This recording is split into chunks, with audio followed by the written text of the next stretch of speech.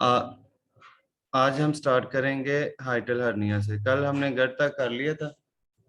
Oesophagus oesophageal disorders हमने start की थी, उसमें जो हमने पहले की थी वो थी गर्ड यानी कि गैस्ट्रोएसोफेगल रिफ्लेक्स डिसऑर्डर्स। जो सेकंड डिसऑर्डर है इसोफेगस की वो है हाइटल हर्निया। अच्छा, पहले मैंने आपको बताया था कि जब भी कोई डिजीज स्टार्ट करनी है, पहली चीज जो आप लोगों ने करनी है वो डिजीज की डेफिनेशन है। हाइटस का वर्ड जब भी आएगा, हाइटस मीन ओपनिंग और हर्निया मीन प्रोट्रूजन, यानी कि किसी भी ओपनिंग के थ्रू जो है कोई भी ऑर्गन प्रोट्रूड करेगा तो उसको हम कहेंगे हर्निएशन। हाइटल हर्निया में ये होता है कि जो स्टमक है वो प्रोट्रूड कर जाता है थोरेसिक कैविटी में। नॉर्मली जो हमारा स्टमक है वो होता है एब्डोमिनल कैविटी में, जो हमारा एसोफेगस है वो थोरेसिक कैविटी में होता है और इनके दरमियान डायाफ्राम होता है। तो इसमें क्या होता है कि कुछ फैक्टर्स की वजह से जो स्टमक है उसमें प्रेशर ज्यादा होता है और वो प्रोट्रूड कर जाता है into thoracic cavity through diaphragm. इसके जो फैक्टर्स हैं ये सारे वो फैक्टर्स जो कि प्रेशर इंक्रीज करते हैं एब्डोमिनल कैविटी में, वो सारे इसको प्रेसिपिटेट करेंगे। जैसे increase abdominal intraabdominal pressure, increase age, trauma या कोई कंजेनिटल वीकनेस हो डायफ्राम की तो फिर भी उसकी वजह से प्रोट्रूड कर जाएगा, या force recumbent position. Recombinant position कौन सी होती है, मैंने कल आपको बताई थी, कौन बताएगा? Spine position. Spine position with leg elevated, ठीक है। तो यस। हाइटल हर्निया ये होगा कि आपका जो स्टमक है वो प्रोट्रूड कर जाएगा through diaphragm into the thoracic cavity, ये है इसकी डेफिनेशन। और इसके फैक्टर्स में आप लोगों ने जो फैक्टर्स इंट्राअब्डोमिनल प्रेशर इंक्रीज करते हैं या इंक्रीज एज के साथ, trauma, congenital weakness and force recombinant positions. अच्छा, इसको पहले हम जो है ना इसके पहले डायग्राम से मैं आपको समझा दूं। हर्निया, हाइटल हर्निया की दो टाइप्स होती हैं, एक होता है स्लाइडिंग, दूसरा होता है पैराइसोफेगल। नॉर्मली हमारा स्ट्रक्चर इस तरह होता है, जो पहली डायग्राम है नॉर्मल स्टमक, ये हमारा इसोफेगस होगा, इसोफेगस के बाद डायफ्राम और उसके नीचे होगा हमारा स्टमक। ठीक है, ये यानी कि एक डायफ्राम में ओपनिंग होती है जिसके थ्रू इसोफेगस के बाद हमारा स्टमक आता है। तो हर्निया में एक्चुअली ये होता है जो जो हमारा स्टमक है वो प्रोट्रूड कर देता है डायफ्राम से ऊपर इनटू थोरेसिक कैविटी। अब इसकी दो टाइप्स है, स्लाइडिंग और पैराइसोफेगल। स्लाइडिंग में ये होगा कि जो एसोफेगल जंक्शन है ये भी प्रोट्रूड करेगा, यानी कि जहाँ ये जंक्शन है जहाँ से एसोफेगस और स्टमक दोनों आपस में मिल रहे हैं, ये स्फिंक्टर जो होता है ये जंक्शन भी मूव करेगा और स्टमक भी अपवर्ड मूव करेगा। लेकिन जो पैराइसोफेगल है इसमें जो जंक्शन है ये अपनी नॉर्मल पोजीशन पे रहेगा, लेकिन जो पार्ट ऑफ स्टमक है, जैसे स्टमक का कोई भी पार्ट है ये ऊपर प्रोट्रूड कर जाएगा इनटू थोरेसिक कैविटी। इन दोनों में डिफरेंस यही है कि स्लाइडिंग में इसोफेगल और स्टमक का जो जंक्शन है ये भी अपवर्ड मूव करता है, लेकिन पैराइसोफेगल में गैस्ट्रिक और इसोफेगल जंक्शन अपनी नॉर्मल पोजीशन में रहता है, लेकिन पार्ट ऑफ स्टमक हर्निएट कर देता है इनटू थोरेसिक कैविटी। ये है इसकी दो type, sliding and paraesophageal. Types बहुत इंपॉर्टेंट है। Sir please repeat. जी जी, मैं रिपीट कर रहा हूँ, टाइप्स बहुत इंपॉर्टेंट है, पास पेपर्स में भी दो दो दफा ये क्वेश्चन आया। तो डेफिनेशन पहले आपने हाइड्रोनिया की करनी है और फिर आप लोगों ने इसकी टाइप्स करनी है। टाइप्स में स्लाइडिंग और पैराएसोफेगल। स्लाइडिंग में ये होगा कि गैस्ट्रोएसोफेगल जंक्शन और फंडस जो कि स्टमक का पार्ट है स्लाइड थ्रू द एसोफेगलाइटिस, यानी कि दोनों चीजें गैस्ट्रोएसोफेगल जंक्शन भी और स्टमक भी प्रोट्रूड करेगा। लेकिन पैराएसोफेगल में ये है कि जो जंक्शन है गैस्ट्रोएसोफेगल वो नॉर्मल पोजीशन में रहेगा, लेकिन जो पार्ट ऑफ स्टमक है वो प्रोट्रूड कर जाएगा इनटू थोरेसिक कैविटी। ठीक है, यहाँ तक क्लियर है। और पैराएसोफेगल में एक ये भी कंडीशन होता है कि स्ट्रैंगुलेशन हो जाती है, यानी कि ऑब्स्ट्रक्शन हो जाती है, जिसकी वजह से वो परफोरेट करके गैस्ट्राइटिस यानी कि इन्फ्लेमेशन और ब्लीडिंग भी हो सकती है स्टमक में। तो दो टाइप्स हैं, स्लाइडिंग एंड पैराएसोफेगल। क्लियर है ये दोनों टाइप्स?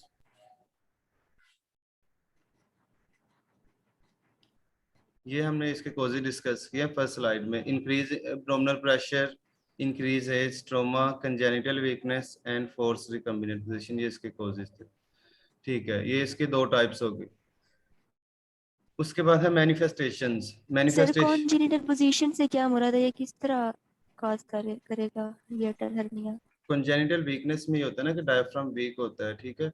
तो अगर किसी ऑर्गन की वीकनेस होगी तो उसमें दूसरा ऑर्गन प्रोट्रूड इजीली कर सकता है, तो कंजेनिटली ही डायफ्राम में वीकनेस होती है जिसकी वजह से वो प्रोट्रूड कर जाता है। नेक्स्ट है हमारे पास मैनिफेस्टेशंस आप लोगों ने करनी है सिमिलर टू गर्ड, यानी कि जो गर्ड्स की मैनिफेस्टेशन है वही इसकी मैनिफेस्टेशन है। ठीक है, वो आप लोगों ने हमने कल भी किया था कि उसमें हार्टबर्न थी, इंडाइजेशन थी, रिगर्गिटेशन थी, सोर मटेरियल जो था वो सोर टेस्ट आता था माउथ में। तो वो जो सारी लेरेंजियोस्पैज्म, ब्रोंकोस्पैज्म, वो सारी मैनिफेस्टेशन जो है सेम लाइक गर्ड है इसकी। डायग्नोस्टिक टेस्ट में इसका बेरियम सोलो और अपर एंडोस्कोपी करेंगे, और ट्रीटमेंट भी सिमिलर टू जैसे हमने डाइट और लाइफस्टाइल चेंजेस और मॉडिफिकेशन डिस्कस की थी उसमें वही है, लेकिन इसमें एक हम सर्जरी करते हैं। इसका स्पेसिफिक नेम है निसन फंडोप्लिकेशन। इसमें ये क्या करते हैं कि जो इसोफेगस स्फिंक्टर्स है उसको उसका जो उसको रैप कर देते हैं by wrapping a portion of stomach around it to anchor it, यानी कि जो इसोफेगल जंक्शन है उसके अराउंड स्टमक के किसी पोर्शन को स्ट्रांगली रैप कर दिया जाता है, जिसकी वजह से ताकि वो अपनी पोजीशन पे सिक्योर हो। तो यानी कि इसमें ये एक प्रोसीजर है, ये आपने याद रखा है, निसन फंडोप्लिकेशन। इसमें जो पार्ट ऑफ स्टमक है उसको रैप किया जाता है अराउंड इसोफेगल जंक्शन, ताकि वो अपनी पोजीशन पे प्लेस रहे। ये था हमारा हर्निया, हाइटल हर्निया। हाइटल हर्निया की सबसे पहले डेफिनेशन करनी है, यानी कि protrusion of stomach into the thoracic cavity through diaphragm is called हाइटल hernia. और इसके रिस्क फैक्टर्स पर आप लोगों ने करने हैं कि इसमें हमारे पास increase abdominal pressure, increase age, trauma, congenital weakness और फोर्स रिकम्बिनेंट पोजीशन, ये सारे इसके रिस्क फैक्टर्स हैं। दो टाइप्स हैं, हाइटर स्लाइडिंग हाइटल हर्निया और पैराइसोफेगल। स्लाइडिंग में इसोफेगल जंक्शन और स्टमक दोनों प्रोट्रूड करते हैं, लेकिन पैराइसोफेगल में इसोफेगल जंक्शन नॉर्मल पोजीशन में रहता है, लेकिन पार्ट ऑफ स्टमक जो है वो प्रोट्रूड कर जाता है। इसमें स्ट्रैंगुलेशन भी हो सकते हैं, यानी कि ऑब्स्ट्रक्शन हो सकती है, जिसकी वजह से गैस्ट्राइटिस और ब्लीडिंग हो सकती है। नेक्स्ट आपने इसकी मैनिफेस्टेशन सारी गर्ड वाली करनी है, और ट्रीटमेंट में भी सारी जो डाइट और लाइफस्टाइल चेंजेस हमने उसमें डिस्कस की थी गर्ड में वही है, लेकिन इसमें एक सर्जिकल प्रोसीजर है निसन फंडोप्लिकेशन, ये आप लोगों ने करना है। यहाँ तक क्लियर है सबको? Any question? Yes sir. ठीक है। निस्सा जमील, आप मुझे बताओ टाइप्स ऑफ हाइटल हर्निया।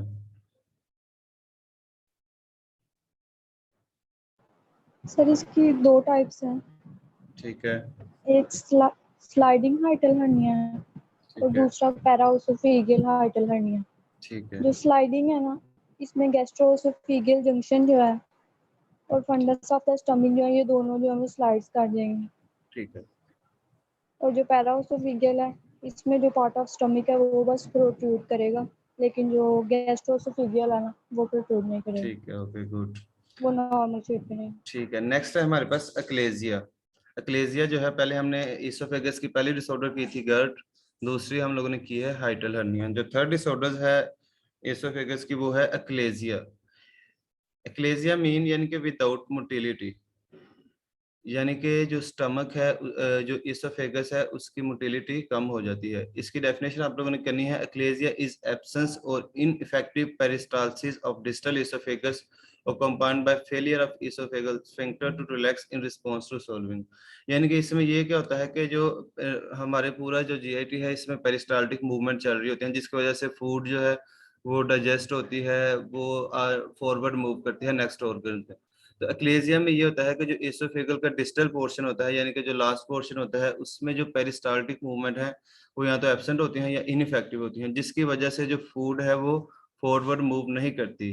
तो और जो इसोफेगल स्फिंक्टर्स है वो भी रिलैक्स नहीं होते। ठीक है, जब क्योंकि पेरिस्टाल्टिक मूवमेंट होती है, फूड डाइजेस्ट होती है, फॉरवर्ड मूव करते हैं, तो इसोफेगल स्फिंक्टर ओपन होते हैं। तो इसमें जो मोटिलिटी है वो एब्सेंट होती है, जिसकी वजह से इसोफेगल स्फिंक्टर क्लोज रहते हैं, वो ओपन नहीं होते। तो जिसकी वजह से डिफिकल्टी इन सोलिंग होती है और फूड जो है वो इसोफेगस में स्टक होना शुरू हो जाती है।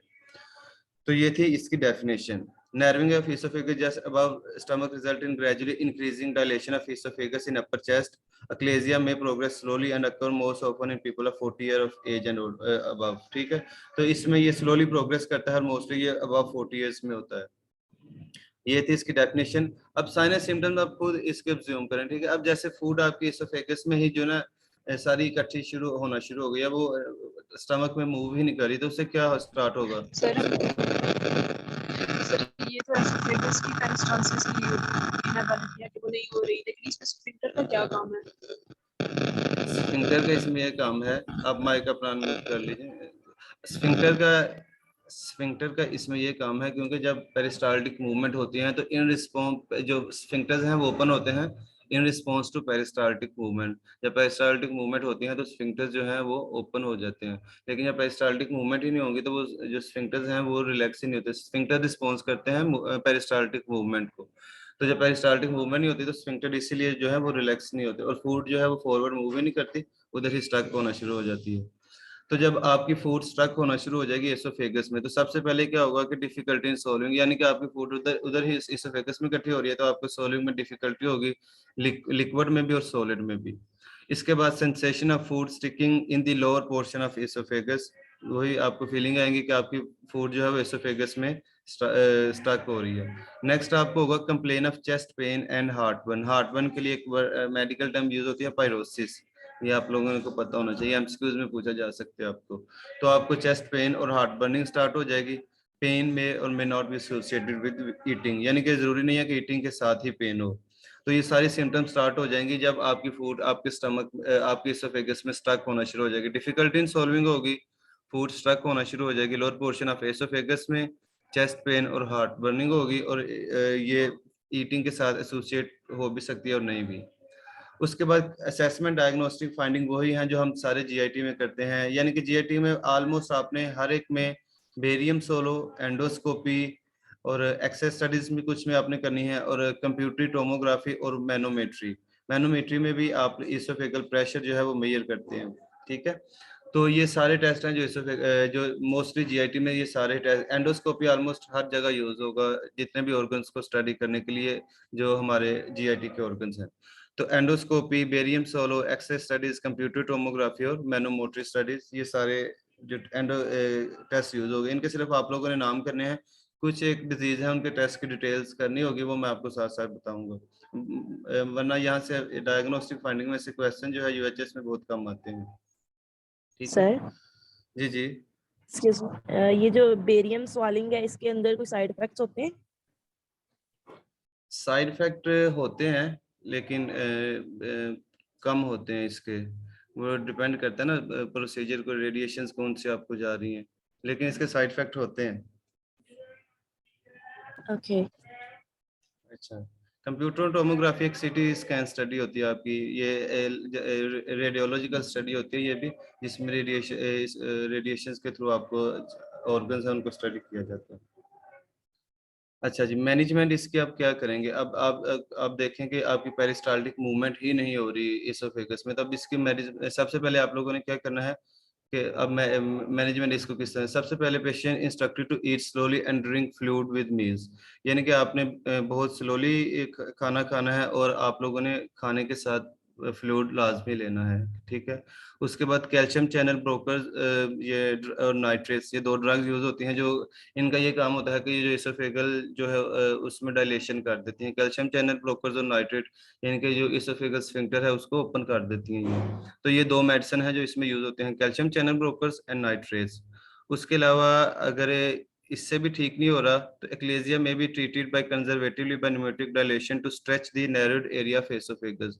तो इसमें न्यूमेटिक डायलेशन होती है, यानी कि इसमें ये होता है कि आपका जो एसोफेगस है उसको डायलेट किया जाता है। सर्जिकल प्रोसीजर होता है जिसमें एसोफेगस को डायलेट किया जाता है ताकि वो ओपनिंग जो वो ऑब्स्ट्रक्शन हुई है उसको ओपन किया जाए। एक्लेजिया में भी ट्रीटेड बाय सर्जिकली बाय इसोफेगोमायोटोमी, यानी इसोफेगोमायोटोमी में यह क्या होता है कि इसोफेगस को जो पार्ट है जहां ऑब्स्ट्रक्शन हुई है उसको रिमूव करके तो फिर उसको ज्यूजिनम का एक पार्ट लेके उसके थ्रू उसको स्टमक के साथ जोड़ दिया जाता है, ठीक है। तो ये था हमारा इसकी मैनेजमेंट। सबसे पहले आपने फूड स्लोली लेनी है और ड्रिंक लेने हैं फ्लूइड मील के साथ। कैल्शियम चैनल ब्रोकर्स और नाइट्रेट्स लेने हैं आपने, और इसको हम सर्जिकली अगर इससे ट्रीट नहीं होता तो फिर सर्जिकली न्यूमेटिक डायलेशन होती है जिसमें उसको डायलेट किया जाता है, या फिर इसोफेगोमायोटोमी जो है वो एक सर्जिकल प्रोसीजर है वो किया जाता है। तो ये था हमारा एक्लेजिया। एक्लेजिया की सबसे पहले डेफिनेशन के एब्सेंट या इनफेक्टिव पेरिस्टाल्टिक मूवमेंट होती हैं जिसकी वजह से इसोफेगस स्फिंक्टर रिलैक्स नहीं होता और इन रिस्पॉन्स टू सोल्विंग, ये आपने डेफिनेशन करनी है। सेकंड आपने मैनिफेस्टेशन इसकी करनी है कि डिफिकल्टी सॉल्विंग होगी, फूड स्ट्रक होनी शुरू हो जाएगी, लोअर पोर्शन ऑफ एसोफेगस में हार्ट बर्न और चेस्ट पेन स्टार्ट होगी, और पेन में और may not be associated with eating. ये डायग्नोस्टिक टेस्ट आपने करने हैं, और मैनेजमेंट में आपने करना है कि स्लोली ईट करना है, कैल्शियम चैनल ब्लॉकर्स और नाइट्रेट्स 2 ड्रग्स हैं, ये लेनी है, और सर्जिकली इसको न्यूमेटिक डायलेशन से ट्रीट किया जाएगा या इसको इसोफेगोमायोटोमी के साथ। यहाँ तक क्लियर है? सर इसोफेगोमायोटोमी ये में ये होता है टोमोग्राफी कि कौन सा जहाँ प्रोसीजर है? जहाँ पे ऑब्स्ट्रक्शन होती है उसको रिमूव कर दिया जाता है, ठीक है। यानी कि जिस पोर्शन में इसोफेगस के ऑब्स्ट्रक्शन होगी उसको रिमूव करके उसको फिर डायरेक्टली स्टमक के साथ जो है वो कनेक्ट कर दिया जाएगा इसोफेगस को। Sir excuse me sir sir, जी टोमोग्राफी जी, कौन सी प्रोसीजर है? क्या क्या बोल रहे हैं आप? आवाज नहीं आई आपकी। टोमोग्राफी कौन सा प्रोसीजर है, इसमें क्या करते हैं? Tomography it's a CT scan, ठीक है। इसमें ये होता है कि आप रेडिएशन एक मशीन होती है ना, उसके वो एक रेडियोलॉजिकल प्रोसीजर होता है, उसमें पेशेंट के ऊपर रेडिएशन फेंकी जाती है, जो रेडिएशन जो है वो पेशेंट से इमेज लेती है पेशेंट के इंटरनल ऑर्गन्स का, और वो जो इमेज है उसको फिर वो बाद में देखा जाता है। मैम यहाँ सिर्फ सर या एंडोस्कोपी के अलावा सारे रेडिएशन वाले प्रोसीजर यूज होंगे जीआईटी में? जी जी, बेरियम सोलो भी होता है, इसमें एक्सेस स्टडी भी होती है, मंथ एंडोस्कोपी भी होती है, और मैनोमेट्री भी होती है, ठीक है। अच्छा जी, यहाँ तक सबको क्लियर है? एक्लेजिया सबको क्लियर है? सर ये होता क्यों है, मतलब कि क्या, जैसे कि आपने बताया कि डिफिकल्टी है स्वेलिंग में, मतलब स्वालिंग में, तो मतलब कोई पीछे की रीजन होगी ना कि ये हो क्यों गया है?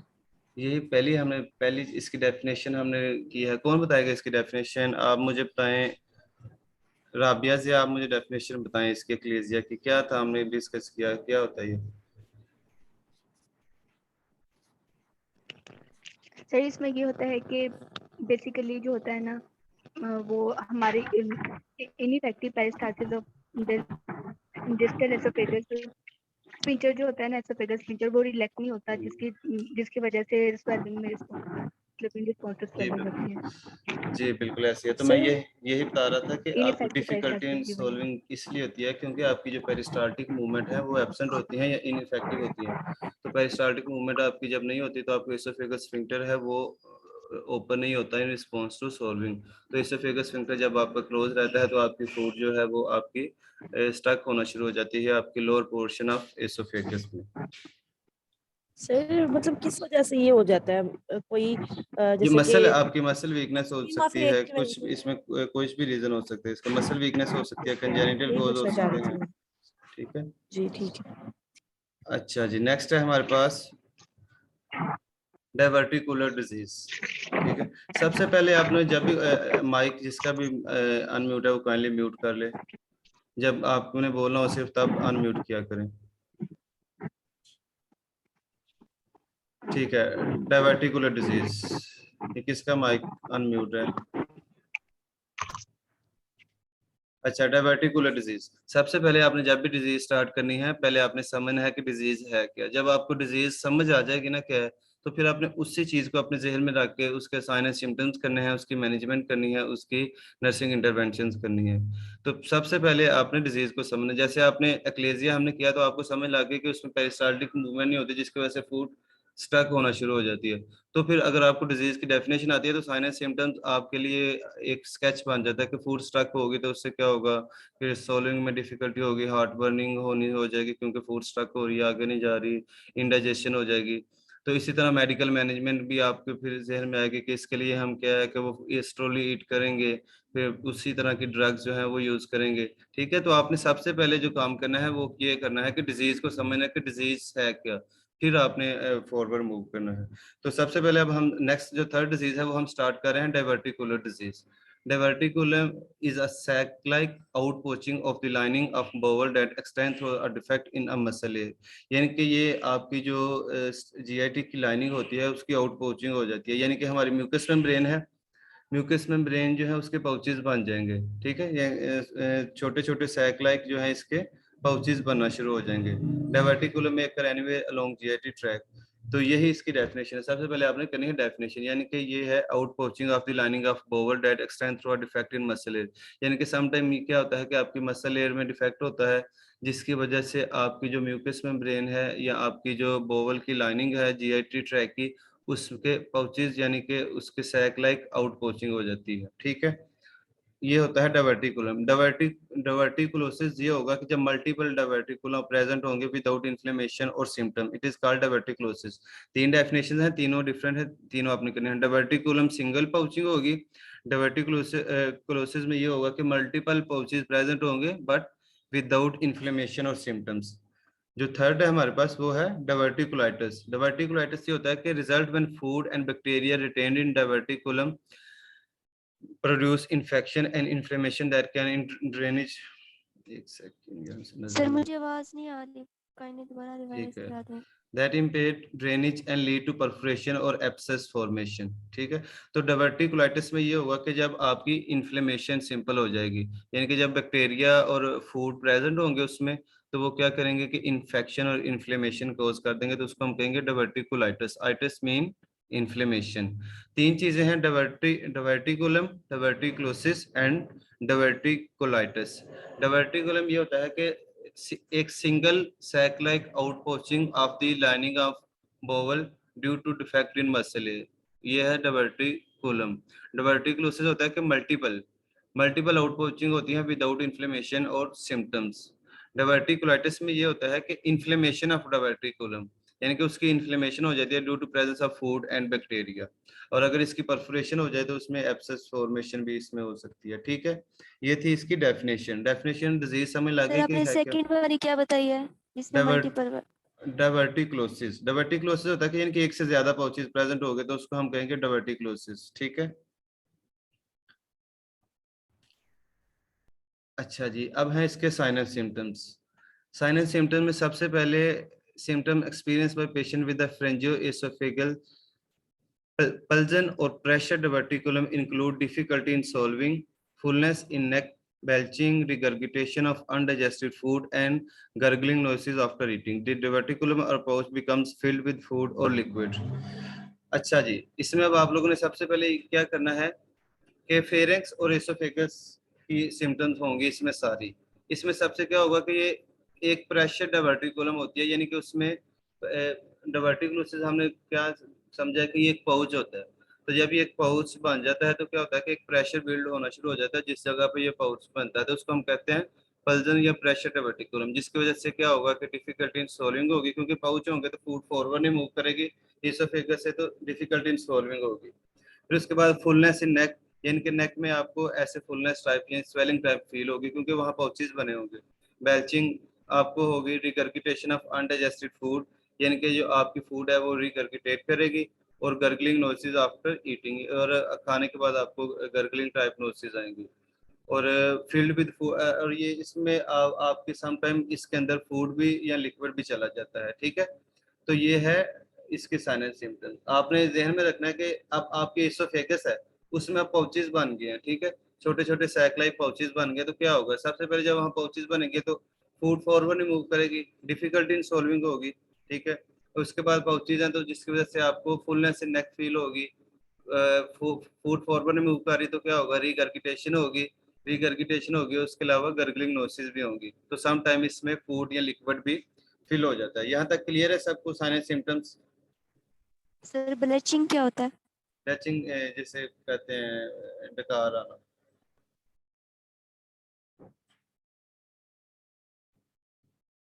When the patient assumes a recombinant position, undigested food is regurgitated and coughing may be caused by irritation of trachea।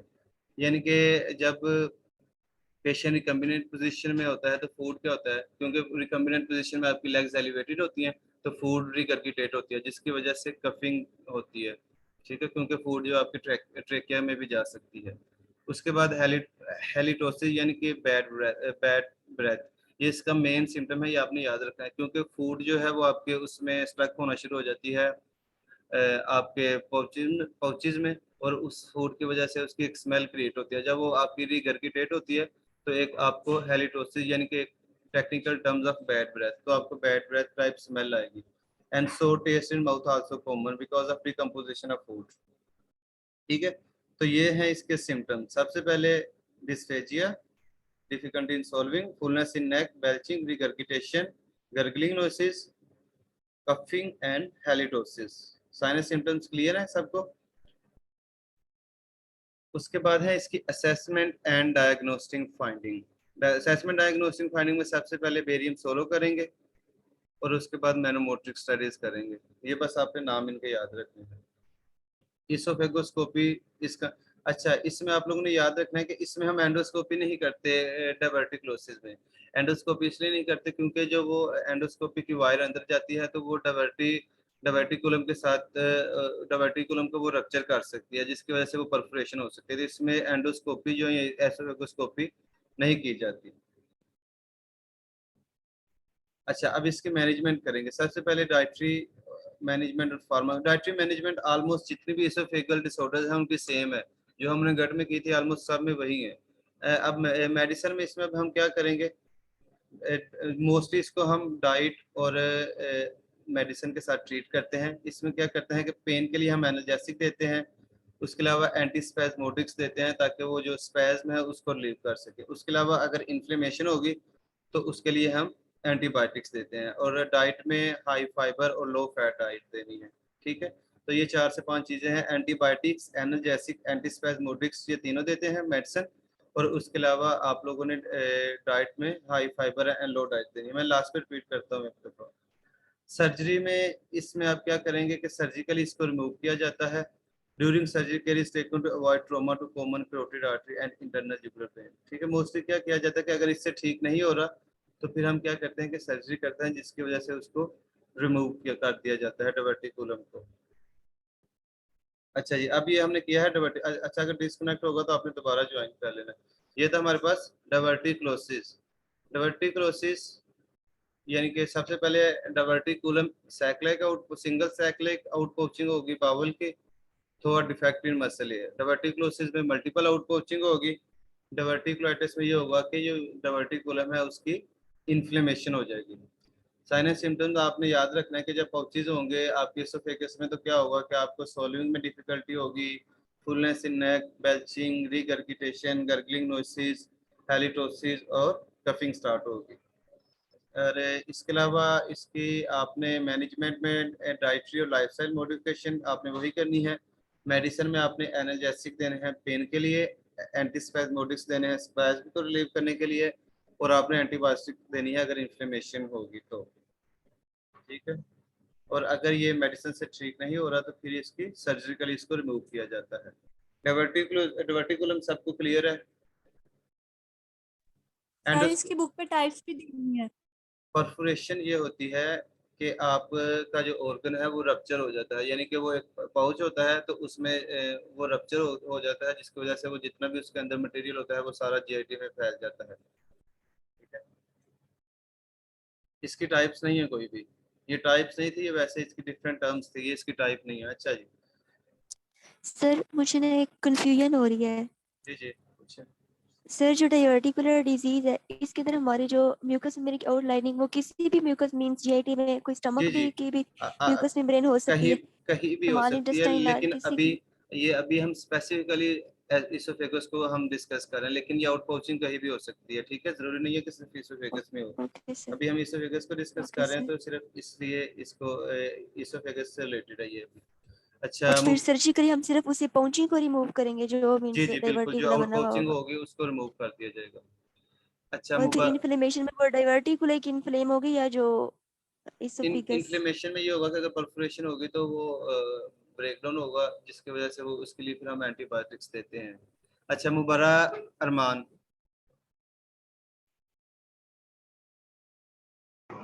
Yes sir. अच्छा आप मुझे बताएं कि what is difference between diverticulum and diverticulosis. Diverticulum is a satellite outputting lining of bowel due to the defect of muscle here. And Okay. diverticulitis is actually inflammation of one or more diverticula. Diverticulosis diverticulosis outputting होगी. Diverticulosis क्या होता है? Diverticulosis से इसमें multiple होती हैं, multiple spotting होती है. ठीक है, लेकिन इसमें आपने एक और चीज मेंशन करनी है, विदाउट इन्फ्लेमेशन और सिम्टम्स। ठीक है, ओके गुड। विदाउट इन्फ्लेमेशन और सिम्टम्स। अच्छा मुकद्दस साहब, मुझे ये बताएं, what are the sign and symptoms of diverticulosis?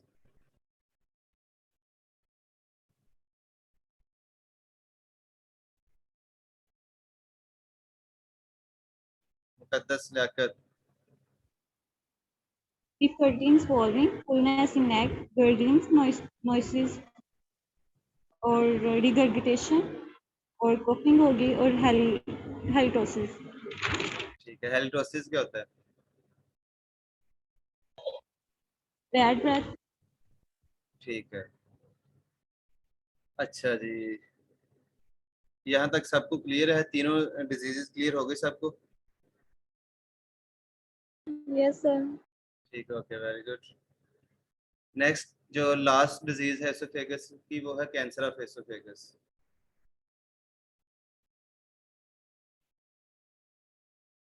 Cancer of बात जी पूछें।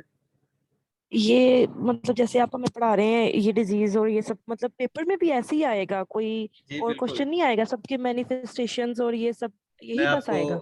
आपको चैप्टर कंप्लीट करने के बाद जीआईटी के सारे पास पेपर्स के क्वेश्चन दिखाऊंगा, ठीक है? वो आपको आइडिया बिल्कुल हो जाएगा कि कौन कौन से क्वेश्चन इससे आए हुए हैं, वो आपकी सारी जी, कंफ्यूजन बेहतर। दूर हो जाएगी। जिस तरह के मैं आपसे क्वेश्चन जी। पूछ रहा हूँ, आपको सारे ऐसे ही क्वेश्चन है कि मैनिफेस्टेशन, जी, रिस्क बेहतर। फैक्टर्स, टाइप्स, डेफिनेशंस, जी, मैनेजमेंट जी। और ब्रूनर के टेबल्स।